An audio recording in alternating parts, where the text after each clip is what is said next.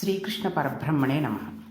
నిన్నటి పారాయణంలో మనం కలి పరీక్షిత మహారాజుని ప్రాధేయపడి ఎక్కడైతే నువ్వు ఉండవో అక్కడ నేను ఉంటాను, ఎక్కడెక్కడ ఉండమంటావో ఆ స్థానాలు చెప్పు అని అంటే పరీక్షిత మహారాజు జూదశాలయందు, పానశాలయందు, తర్వాత స్వేచ్ఛా విహారుణులైన ఆడవారి యందు, జీవహింసయందు ఉండమని చెప్తాడు. అయితే ఈ జూదశాలయందు వెళ్ళినప్పుడు అసత్యం ఒకటి కూడుకుంది, పానశాలలో క్రోధం ఒకటి, ఇక స్వేచ్ఛా విహరణలైన వాళ్ళతోటి చేసినందువల్ల అధర్మం ఒకటి, ఇక జీవహింస అనే చోట నోటి మాట వల్ల కూడా కేవలం చంపడమే కాకుండా జీవహింస అనేది మాట ద్వారా కూడా అంటే ఒక దుర్భాషలాడడం వల్ల కూడా మనిషిని గాయపెట్టి జీవహింస చెయ్యవచ్చు అనేటటువంటి విషయాలలో పరీక్షిత్తు 4 చోట్ల ఉండమనంటే ఇంకొక 4 స్థానాలు తను తీసుకోవడం అనుకోకుండా జరిగిపోయింది. అయితే ఈ 4 ఒక్క దానిని పట్టుకుంటే మనం మిగిలిన 3 ఎలాగో అలాగ కలి లాగివేస్తాడు అని నిన్న తెలుసుకున్నాం. అయితే ఈ కలిపురుషుడు చాలా తెలివితేటలుగా ప్రజలని మభ్యపెట్టగలడు. కలి పరీక్షితుతో, అయ్యా మీరు నాకు 4 స్థానాలు ఇచ్చారు, కానీ వీటిలో నేను ఊడ్చుకోవడానికి తగిన స్థానం లేదు, కనుక ఇంకొక స్థానాన్ని ఇప్పించండి అని అడిగాడు. అప్పుడు గభాలున పరీక్షిత్తు, నేను నీకు బంగారం నందు స్థానం ఇచ్చాను అన్నాడు. అది అనుకోకుండా పరీక్షిత్తు నోటి నుండి వచ్చేటట్టుగానే దేవతలు చేశారు అని అనుకోవచ్చు. అది చాలు మహాప్రభు అని కలి వెళ్ళిపోయాడు. ఎందుకు ఈ మాట వచ్చింది? బంగారం అన్నది లేకుండా ఉండే మనిషి ఎవరూ సర్వసాధారణంగా ఉండరు.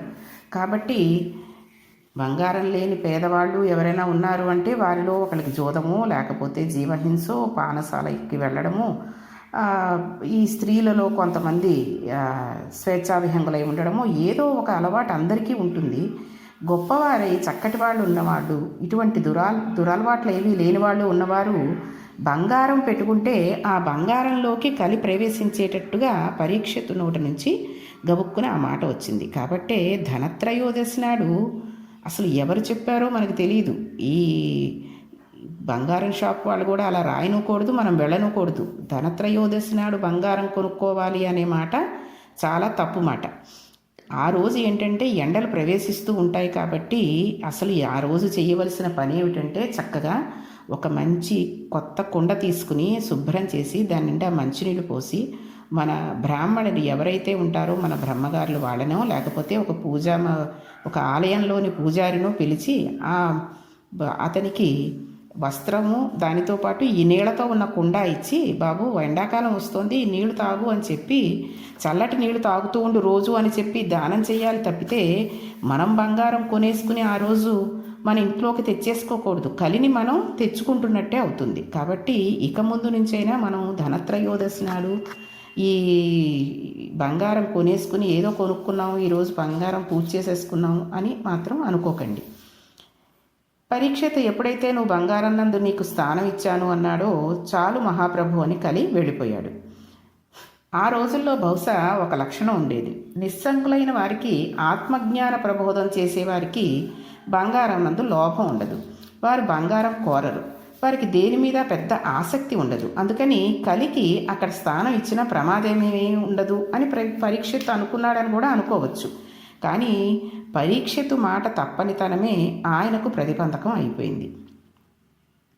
ఎందుకంటే పరీక్షిత్తు మహారాజు, అతని ఒంటి నిండా బంగారమే. అది చాలు కలికి పరీక్షిత్తులో ప్రవేశించి అతన్ని నాశనం చేయడానికి. ఇంటికి వెళ్ళిన తర్వాత పరీక్షిత్తుకు వేటకు వెళ్ళాలనే కోరిక కలిగింది. వేట కోసమని బయలుదేరారు. అసలు వేట ఆడడం కూడా ఒక చెడు లక్షణమే. అది ఆ వేట ఆడేటప్పుడు ఎందుకంటే క్రూరముగాలు అవి సంఖ్య పెరిగిపోతూ ఉంటుంది కాబట్టి రాజులు వేటకెళ్ళి కొన్ని క్రూరముగాల్ని చంపేస్తూ ఉంటారు. ఇక్కడ పరీక్షిత్తు వేట కోసమని బయలుదేరాడు. అనేక మృగాలను వేటాడాడు. కలి అంశలలో బంగారం నుండి తానిచ్చిన వేరొక స్థానంలోకి ఇప్పుడు పరీక్షిత్తు వచ్చేశాడు. ఎలా? ఒక దాని ద్వారా కలి ప్రవేశిస్తే చాలు మిగిలిన అవలక్షణాలన్నీ కూడా వచ్చేసి ఆ వ్యక్తి చివరకు నాశనం అయిపోయేంత వరకు కూడా కలి వదలడు. పరీక్షిత్తు ఒంటి మీద బంగారం ఉంది. అందుకని కలి పరీక్షిత్తులోకి ప్రవేశింపగలిగాడు. తర్వాత పరీక్షిత్కు జీవహింస చేయాలన్న కోరిక పుట్టింది. వేటాడడం అంటే అంతే కదండి. సాధారణంగా వేటకి ప్రభు ఎప్పుడు పెడతాడంటే జానపదులు వచ్చి, అయ్యా క్రూరమృగాల సంఖ్య పెరిగిపోయిందండి అని వేడుకుంటే, ఆ క్రూరమృగాలు ఊరి మీదకి రావడానికి భయపడే రీతిలో రాజు పెద్ద పరివారంతో దండుగా వెళ్ళి కొన్ని క్రూరమృగాలను వేటాడతాడు. అలా వెళ్ళాలి, అంతేగాని జంతువులను సరదాగా చంపడానికి వేటకి వెళ్ళకూడదు. కానీ ఇప్పుడు పరీక్షితుకు జంతువులను చంపుదామనే ఆలోచన పుట్టింది. అందుకని వేటకు వెళ్ళాడు. తద్వారా ఇంకొక స్థానంలోకి వెళ్ళాడు. అందుకని నిష్కారణ క్రౌర్యం ప్రవేశించింది. క్రౌర్యం అంటే కోపం. వేటకి వెళ్ళాడు, వేటాడాడు కాబట్టి ఆయనకి దప్పిక కలిగింది, అంటే దాహం వేసింది, ఆకలి వేసింది. ఆకలి దాహం కలిగినప్పుడు అవి పోగొట్టుకోవడానికి ఎక్కడికి వెళ్ళాలో అక్కడికి వెళ్ళాలి. పరీక్షితికి బుద్ధిభ్రంశం అవుతోంది. అతడు దగ్గరలో ఉన్న మహర్షి ఆశ్రమానికి వెళ్ళాడు. అక్కడ దాహార్తి తీర్చమని ఎవరిని అడగాలి? అక్కడ ఆశ్రమంలో సంచరిస్తున్న స్త్రీ పురుషులను ఎవరినైనా అడగాలి. కానీ పరీక్షిత్తు వారిని ఎవరినీ అడగలేదు. అతనిలో అహంకారం ప్రవేశించింది. నేరుగా అక్కడ తపోదీక్షలో ఉన్న సమీక మహర్షి దగ్గరకు వెళ్ళాడు. చూసారా, ఒకదాని నుంచి ఒకటి కలి ప్రభావం ఎలా పెరిగిపోతుందో. మహర్షి పరీక్షిత్ మహారాజుకే తప్పలేదంటే మనమెంతటి వాళ్ళం ఆలోచించండి.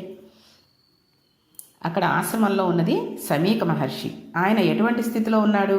కదలిక లేదు, మెదలిక లేదు, స్థాణువైపోయి ఉన్నాడు. ధ్యానమునందు తపస్సునందు చాలా మగ్నుడైపోయి బ్రహ్మమునందు రమిస్తున్నాడు. కదలిక లేక ఒక కర్ర ఎలా నిలబడిపోతుందో అలా స్థాణువై ఉండిపోయాడు. ఆయన అలా కూర్చుండి ధ్యానమగ్నుడై ఏమాత్రం కదలిక లేకుండా ఉన్నాడు. ప్రాణాయామం చేత ప్రాణమును నియంత్రించాడు. కుంభకం చేత వాయువును పూరించి ఆపు చేసేశాడు. కాబట్టి ఇప్పుడు వక్షస్థలం కదలదు, మనస్సు ఊపిరి మీద ఆధారపడుతుంది. అటువంటి మనస్సు ఇప్పుడు కదలడం లేదు, అలా ఉండిపోయింది. మనస్సు కదలకపోవడం వలన బుద్ధి కదలడం లేదు, బుద్ధి కదలకపోవడం వలన ఇంద్రియములు కదలడం లేదు. బయట విషయమును కన్ను చూడదు, చెవులు వినపడవు, స్పర్శేంద్రియములకు బాహ్జ్ఞానము తెలియదు.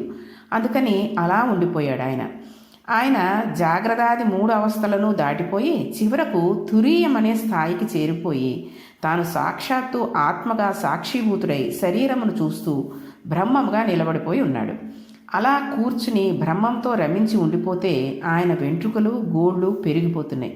అవి జటలు కట్టేసి కేశ సంస్కారం లేక వేలాడిపోతున్నాయి. ఒక కృష్ణజింక చర్మమును కట్టుకుని అలా కూర్చుని ఉండిపోయాడు. వస్త్రం కూడా లేదు. అటువంటి సమీక మహర్షి దగ్గరకు దాహం కోసం ఆర్తి పొందిన పరీక్షిత్తు వెళ్ళాడు. ఆయన నీటి కోసం వెళ్ళడం ప్రధానాంశం. కానీ పరీక్షిత్తు లోపల ఒక మౌన భాష బయలుదేరింది. ఏంటది?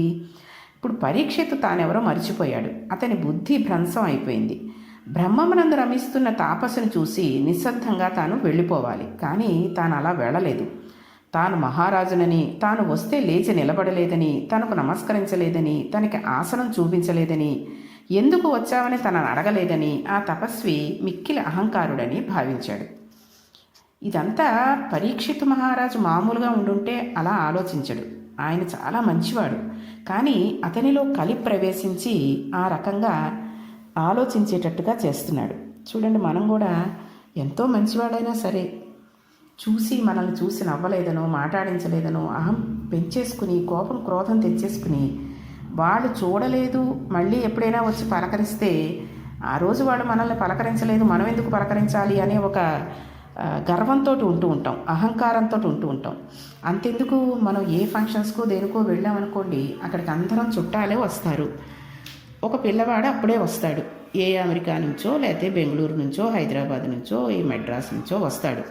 ఆ వచ్చినవాడుని అందరూ చూసావా, వచ్చావరా, ఒకటివే వచ్చావా, అమ్మ నాన్న రాలేదా అంటూ అందరూ పలకరిస్తారు. వాడు అందరినీ పలకరించుకుంటూ వచ్చి ఆఖరికి అక్కడ వాళ్ళ తాతగారు ఉంటే అక్కడికి వచ్చి ఆయన్ని తాతగారు బాగున్నారా అని అడిగారు అనుకోండి, ఆ తాతగారు వెంటనే బాగున్నానురా, ఏం చేస్తున్నావు, ఎలా ఉన్నావు, ఒక్కడివే ఉంటున్నావా, ఏం తింటున్నావు అని అడిగితే మర్యాదగా ఉంటుంది. కానీ ఈ అహంకారం అనేది వచ్చేసరికి అంత పెద్ద అయినా కూడా ఏమంటాడంటే, వచ్చి ఇంతసేపు అయింది, ఇప్పటికి కనిపించానేంట్రా నీకు, నన్ను పలకరించాలని కూడా అనిపించలేదా అంటూ ఉంటారు.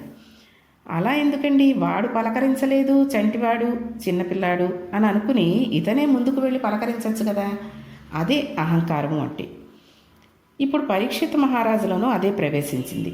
ఇప్పుడు ఏమైంది, అంత గొప్ప పరీక్షిత్తు తెల్లవారి లేస్తే బ్రాహ్మణులకు నమస్కారం చేసేవాడు, అన్నీ తెలిసి ఉన్నవాడు, అన్నిటినీ మర్చిపోయాడు. కలి ప్రవేశం వలన అన్నీ భ్రంశం అయిపోయాయి. దీనివలన అతనిలో ఆగ్రహం పుట్టింది. యుక్తాయుక్త విచక్షణ కోల్పోయాడు. ఒక స్థానంలోంచి మరొక స్థానంలోకి వెళ్ళిపోతున్నాడు. పరీక్షత్తు ఎంత వేగంగా జారిపోతున్నాడో చూడండి.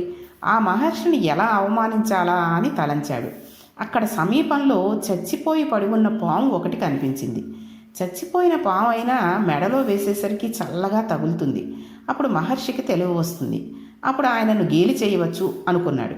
ఇప్పుడు పరీక్షితు లోపల వికృతమైన ఆలోచనలు రకరకాలుగా పెరిగిపోతున్నాయి. తన ధనస్సు చివరి భాగంతో మృతసర్పమును పైకెత్తాడు.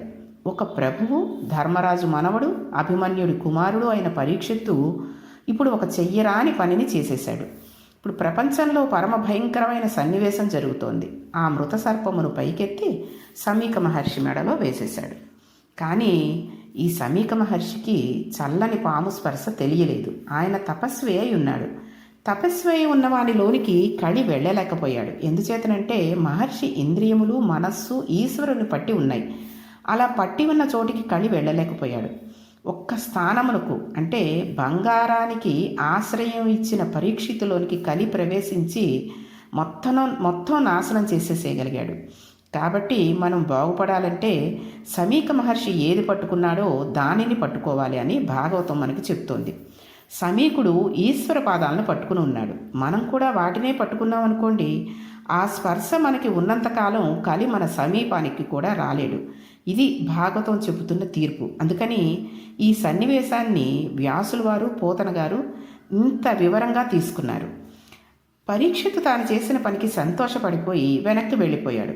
అంతఃపురంలోకి వెళ్ళి కిరీటం తీసి పక్కన పెట్టాడు. బంగారు కిరీటం పక్కన పెట్టగానే అందులోంచి కలి బయటకు వెళ్ళిపోయాడు. కిరీటం పక్కన పెట్టగానే ఆయనకు అనుమానం వచ్చింది. దాహం వేయడం ఏమిటి, నేను ఆయన ఆశ్రమానికి వెళ్ళడం ఏమిటి, ఆశ్రమానికి వెళ్ళిన వాడిని ఊరుకోకుండా చచ్చిపోయిన పామును ఆయన మెడలో వేయడం ఏమిటి, అయిపోయింది, నా రాజ్యం అయిపోయింది, ధనం, భోగం, పరిపాలన అన్నీ అయిపోయాయి, నేను చెయ్యరాని దుష్కృతం చేసేసాను, దీనికి అంతటికీ కారణం కలిపురుష ప్రవేశం, ఎంత తప్పు చేశానో కదా అని పశ్చాత్తాపడ్డాడు. పరీక్షిత్తు సహజ స్థితికి అది కాదు, కానీ కలిపురుషుడి వలన అలా భ్రష్టుడైపోయాడు. పరీక్షిత్తు సమీక మహర్షి మెడలో చచ్చిపోయిన పామును వేయడం అక్కడ సమీపంలో ఉన్న మునికుమారులు చూశారు. వాళ్ళు పరిగెత్తుకుంటూ అక్కడికి సమీపంలో కౌశికీ నది ఒడ్డున ఆడుకుంటున్న సమీక మహర్షి కుమారుడైన శృంగి వద్దకు వెళ్ళారు. ఆ పిల్లవాడు మహా తపస్వి. ఆ పిల్లలు, మీ నాన్నగారు తపస్సు చేసుకుంటూ సమాధిలో ఉండగా ఒక రాజు వచ్చి ఏదో మాట్లాడాడు, మీ తండ్రి పలకలేదు. అప్పుడు ఆ రాజుకి కోపం వచ్చి చచ్చిపోయిన పామును ధనస్సుతో ఎత్తి మీ నాన్నగారి మెడలో వేసి వెళ్ళిపోయారు అని చెప్పారు. ఈ మాటలు విన్న వెంటనే శృంగి అన్నాడు, నా తండ్రి వంటి తపస్వి ఇక్కడ ఉండడం వలన రాజు క్షేమంగా రాజ్యాన్ని పరిపాలించగలిగాడు. ఒక యజమాని బయట పారేసిన ఎంగిలి మెతుకులు తిని బలిసిపోయిన కాకి యజమాని తల మీద తన్నితే ఎంత అకృత్యమో, ఇంటి బయట కూర్చోవలసిన కుక్క యజమాని నివేదనకు సిద్ధం చేసిన ప్రసాదాన్ని ఇంట్లో కలియబడి తింటే ఎంత అపచారమో, అంతటి అపచారమును అంతటి అకృత్యమును ఈరోజు ఆ రాజు చేసిన వాడయ్యాడు. బయట ఎక్కడో నిలబడి దానం అడగకుండా, ధర్మం అడగకుండా, మరి దేనిని అడగకుండా జింక చర్మం కట్టుకుని సమాధిమగ్నుడై నా తండ్రి మెడలో మృత సర్పాన్ని వేశాడా అని వెంటనే శాపం ఇవ్వడానికి కౌశికీ నది జలాలను చేతిలోకి తీసుకున్నాడు. ఆ తర్వాత ఏం చేశాడు అనే విషయాన్ని రేపటి పారాయణంలో తెలుసుకుందాం. శ్రీకృష్ణ పరబ్రహ్మణే నమః.